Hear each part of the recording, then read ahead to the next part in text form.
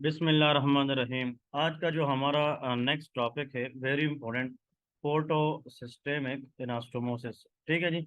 Anastomosis का मतलब होता है कि किसी भी दो वेसल्स के दरमियान जो कनेक्शन होता है, दैट इज कॉल्ड एनास्टोमोसिस। इसमें एक का वर्ड है पोर्टो।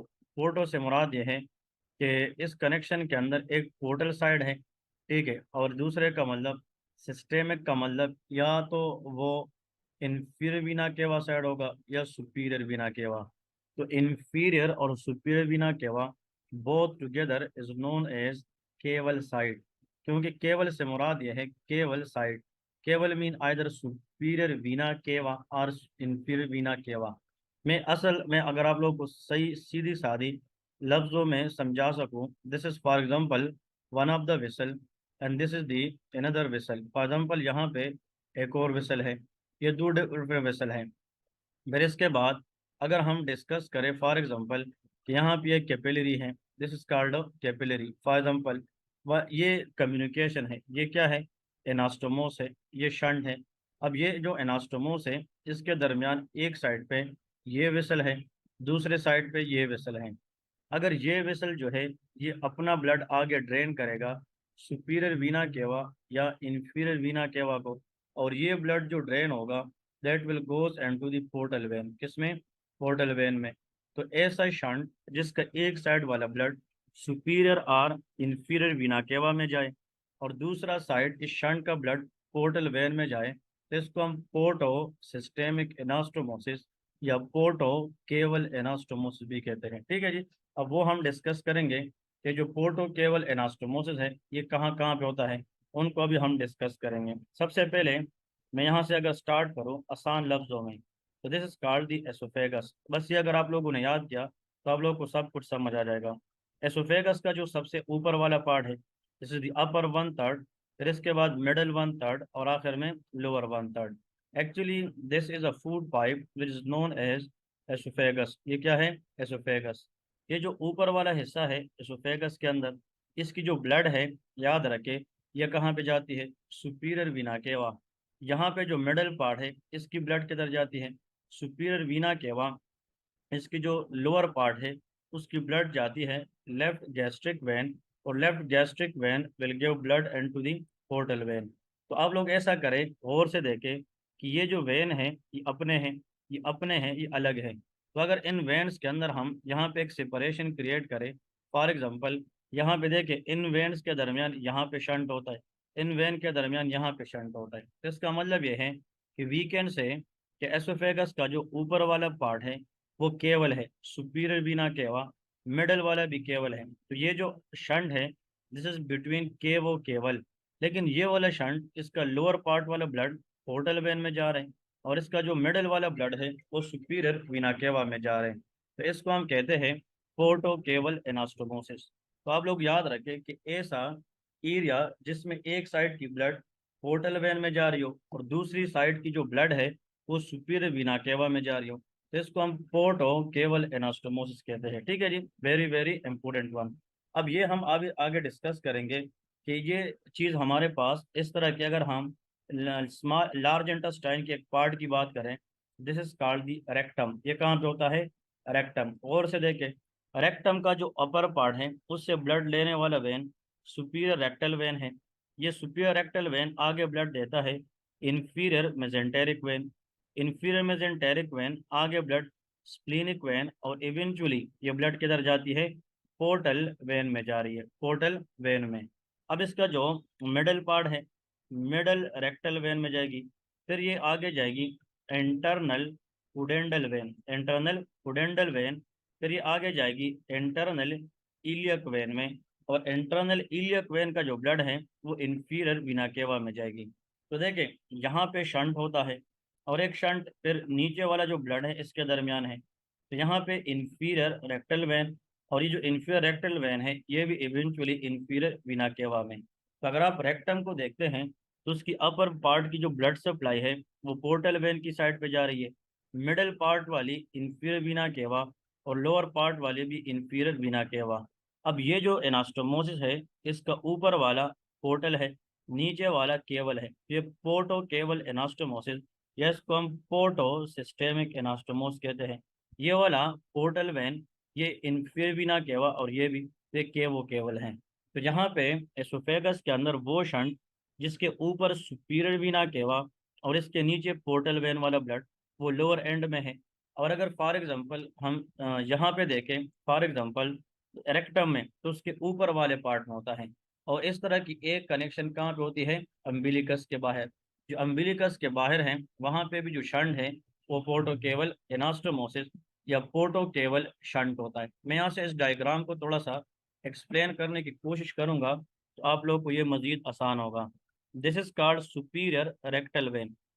अभी जगह जो मैंने साफ की है वो आप लोग फिर से देखें थोड़ा सा वीडियो को पीछे करके, कि superior rectal vein take the blood from the rectum upper part, then it drain into the inferior mesenteric vein, फिर inferior mesenteric vein drain into the splenic vein, and this splenic vein when go up, they will eventually splenic vein go up, they will eventually drain into the portal vein।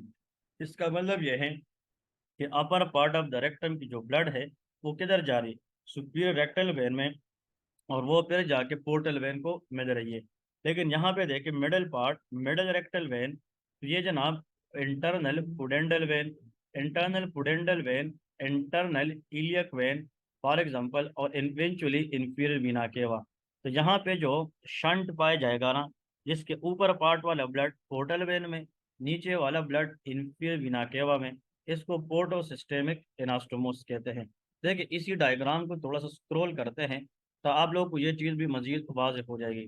ये stomach है, stomach के साथ ये lower end of oesophagus है ये वाला। अब ये जो एसोफेजियल वेन है, एसोफेजियल वेन अपर पार्ट ये एजाइगस वेन में जाते हैं, और एजाइगस वेन सुपीरियर वीना केवा में जाता है। बट इसका जो लेफ्ट गैस्ट्रिक जो नीचे वाला वेन है, लेफ्ट गैस्ट्रिक, वो किधर जाता है, डायरेक्ट पोर्टल वेन।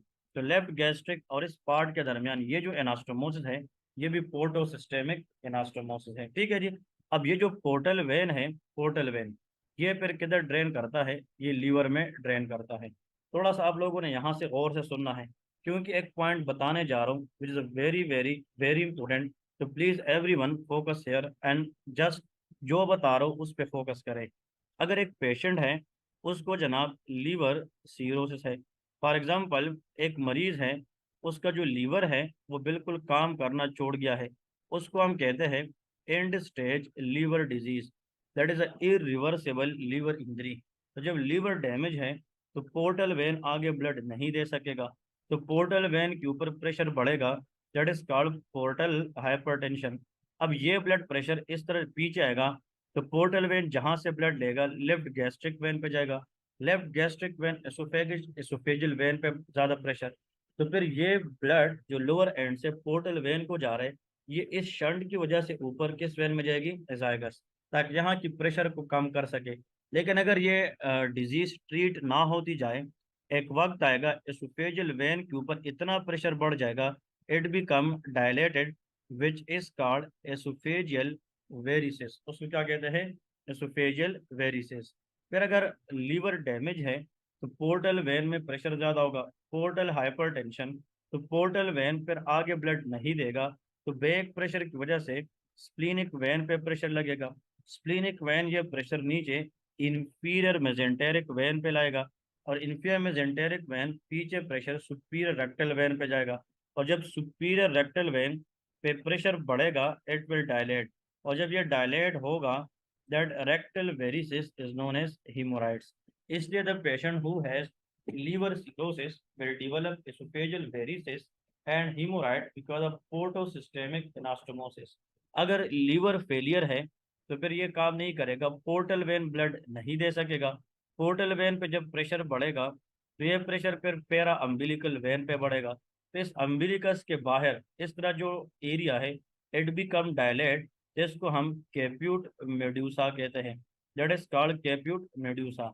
तो प्लीज तीन बातें मुझे ये बताएं, if there is liver failure due to portosystemic anastomosis, if the back pressure they lies on the lower end of esophagus, that will lead to a clinical condition known as esophageal varices। अगर back pressure rectum पे आए it will leads to hemorrhoids, और अगर back pressure umbilicus के बाहर चला जाए that will leads to caput medusa. So I hope that this concept is super easy and that is I make it very clear. तो अगर आप लोग देखें इस तरफ पढ़ेंगे जिस पे कंसेप्ट क्लियर होता है तो आगे पढ़ाई खुद बहुत आसान हो जाती है। एसोफेगस के अंदर देखें, अगर एनास्टोमोसिस है तो उसकी क्लिनिकली एसोफेजियल वेरिसेस होती है। एसोफेजियल वेरिसेस के अंदर लेफ्ट गैस्ट्रिक आर्टरी ये किधर जा रही है, पोर्टल साइड पे, और एसोफेजियल वेन ये सिस्टेमिक है क्योंकि एजाइगस में जाती थी। And this azygos will drain into superior vena केवा। अम्बिलिकस में कैप्यूट मेड्यूसी है, इसका पोर्टल वेन पेरा अम्बिलिकल है, और जो अम्बिलिकस के साथ स्मॉल गैस्ट्रिक वेन है वो एब्डोमिनल वॉल में जाएगी जो इंफीरियर वीना केवा। अगर ये जनाब अम्बिलिकस है उसके साथ छोटे छोटे वेन्स होते हैं, उसका नाम पेरा अम्बिलिकल वेन्स होते हैं। These when drain into portal vein, और फिर यहाँ पे छोटे छोटे वेन हैं, इनको हम कहते हैं एपिगैस्ट्रिक वेन, और वो जाकर किस में जाएंगे, इंफीरियर वीना केवा। तो जो एपिगैस्ट्रिक वेन होते हैं ये अम्बिलिकस का सिस्टेमिक साइड है क्योंकि ये इंफीरियर वीना केवा में जाते हैं, और ये जो पेरा अम्बिलिकल वेन है ये पोर्टल साइड है, ये पोर्टल वेन में जाते हैं। अगर रेक्टम पे प्रेशर बढ़े तो एनो रेक्टल वेरिसेस, और अगर डायलिटेशन ऑफ वेन हो जाए रेक्टम के अंदर, this concept is called haemorrhoids. तो superior rectal vein goes toward portal side, middle and inferior rectal vein goes toward systemic side. Varices of gut, birth and caput are commonly seen with portal hypertension. तो varices of मतलब यह है कि जो गट है, Burt and कैप्यूट, तो ये किसके अंदर होता है, पोर्टल हाइपरटेंशन। अब अगर एक पेशेंट है उसको एसोफेजियल ये पोर्टल हाइपरटेंशन है तो आप क्या करेंगे, treatment is done by TIPS. TIPS stand for trans jugular intrahepatic portosystemic shunt between the portal vein and hepatic vein relieves the portal hypertension by shunting blood towards systemic side bypassing the liver। और से ये बात सुने कि अगर एक patient है उसको पोर्टल हाइपरटेंशन है और इसकी वजह ये हो कि लीवर डैमेज है, आगे लीवर ब्लड एक्सेप्ट नहीं कर रहा, तो फिर डॉक्टर जो होते हैं वो एक ट्रीटमेंट करते हैं जिसके अंदर हम पोर्टल वेन के ऊपर प्रेशर भी कम करें और ब्लड की जो डायरेक्शन है वो भी लीवर से बाईपास करे। उसका नाम है टेप्स, ट्रांस जगुलर इंट्राहेपेटिक पोर्टोसिस्टेमिक एनास्टोमोसिस। दूसरी बात यह है द मोस्ट इम्पोर्टेंट कि जब लीवर डैमेज हो जाए, liver failure, when the liver is fail do not perform well. तो लीवर फेलियर के अंदर अमोनिया का जो गैस है उसका जो लेवल है वो बढ़ता है, and when ammonia is very high it will cross the blood-brain barrier and will damage the brain, can cause encephalopathy। तो जिन लोगों को लीवर के मसले होते हैं उनका ब्रेन डैमेज के चांसेस ज़्यादा होते हैं because increase level of ammonia. तो इसका मतलब ये है जो टिप्स है it precipitate, so the point to remember, at hepatic encephalopathy due to decrease clearance of ammonia from shunting. तो कहने का मतलब ये है कि टिप्स का काम क्या है, trans jugular intra hepatic portosystemic shunt एक ऐसा प्रोसीजर है जिस पेशेंट पोर्टल हाइपरटेंशन के मरीज में ये हम कराते हैं टू डिक्रीज टोटल प्रेशर और shunting the blood away from the liver. But इसका साइड इफेक्ट ये है it can precipitate hepatic encephalopathy because it can decrease the clearance of ammonia from the body. ये इसके अंदर एक चीज है जो आप लोगों ने याद रखनी है। इसके बाद देखें what is meant by pectinate line. Pectinate line is also known as dentate line and it is found where endoderm meet with ectoderm। ये एनल कैनाल के अंदर होता है। एनल कैनाल के अंदर एंडोडर्म एंड एक्टोडर्म के दरमियान जो लाइन है उसका नाम है पेक्टिनेट लाइन। जिसको हम upper half of anal canal है ना, इधर देखिए this is the anal canal. अब एनल कैनाल को अगर हम दो में डिवाइड करें इस तरह, तो एनल कैनाल का ऐसा समझिए जो ऊपर वाला हिस्सा है इंटरनली, क्योंकि ये तो ओपनिंग की तरफ है, एक्सटर्नल है, तो एनल कैनाल का अंदर वाला हिस्सा इसको हम कहते हैं the area above pectinate line, और जो नीचे है this is the area below pectinate line. अगर यहाँ पे हीमोराइड्स हो जाए तो वो तो बॉडी की तरफ है, दैट इज इंटरनल हीमोराइड, लेकिन अगर इधर हीमोराइड हो जाए ये बाहर है, दैट इज एक्सटर्नल हीमोराइड्स। तो देखिए above pectinate line internal haemorrhoid and the cancer is adenocarcinoma. Internal hemorrhoid, abnormal distinction of anal venous plexus, जो छोटे छोटे वेन्स होते हैं, अगर एनल कैनाल के अंदर उसकी डायलिटेशन हो जाए, that is internal haemorrhoid, but the shirt will be above the dentate line. Risk factor include chronic constipation, older age, excessive visceral innervation. Very important. अगर if someone asks you कि the area above pectinate line, nerve innervation क्या है? Visceral nerve. Because of that, it is not painful. तो जिनको बवासीर होती है, piles, internal हीमोराइड, तो उसमें वो कहेगा कि वो जब बहाने के लिए जाता है, स्टूल पास करता है, so there will be bleeding but there will be no pain. यहाँ पे देखे इसकी above the pectinate line visceral innervation है, that is from T12 to L3. The artery is मतलब ऊपर वाला साइड है, superior rectal artery branch of inferior mesenteric artery. vein, अगर superior rectal vein, inferior mesenteric, splenic vein and portal vein जो हम पढ़ चुके हैं, और इसकी जो lymphatic अब ये अंदर वाली साइड पे है, तो इसकी लिम्फेटिक अंदर वाली साइड पे इंटरनल इलियक लिम्फ नोड में जाएगी.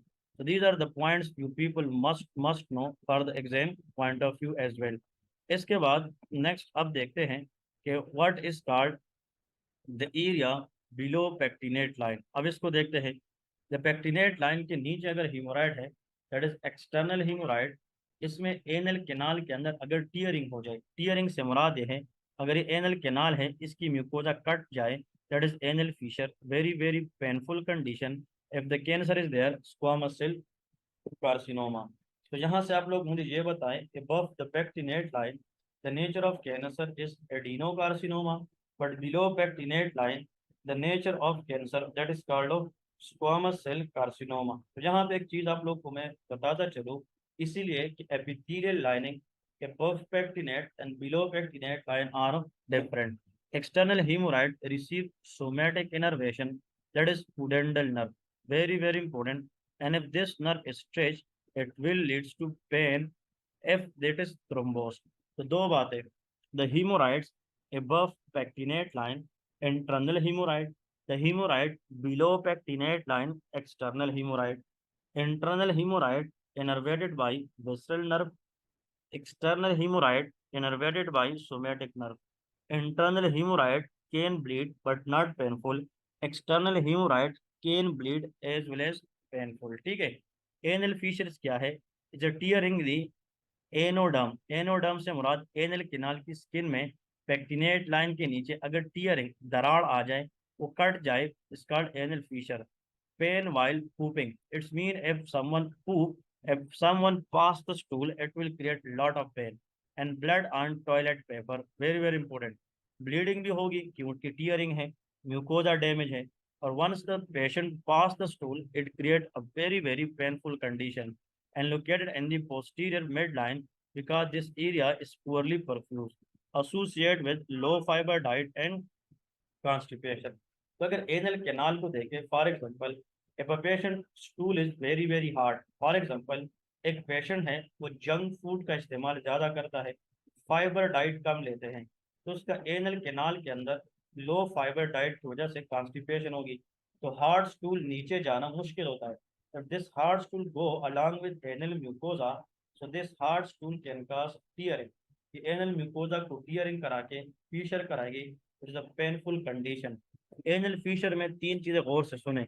Painful condition while passing the stool with constipation history, think about and bleeding in the stool.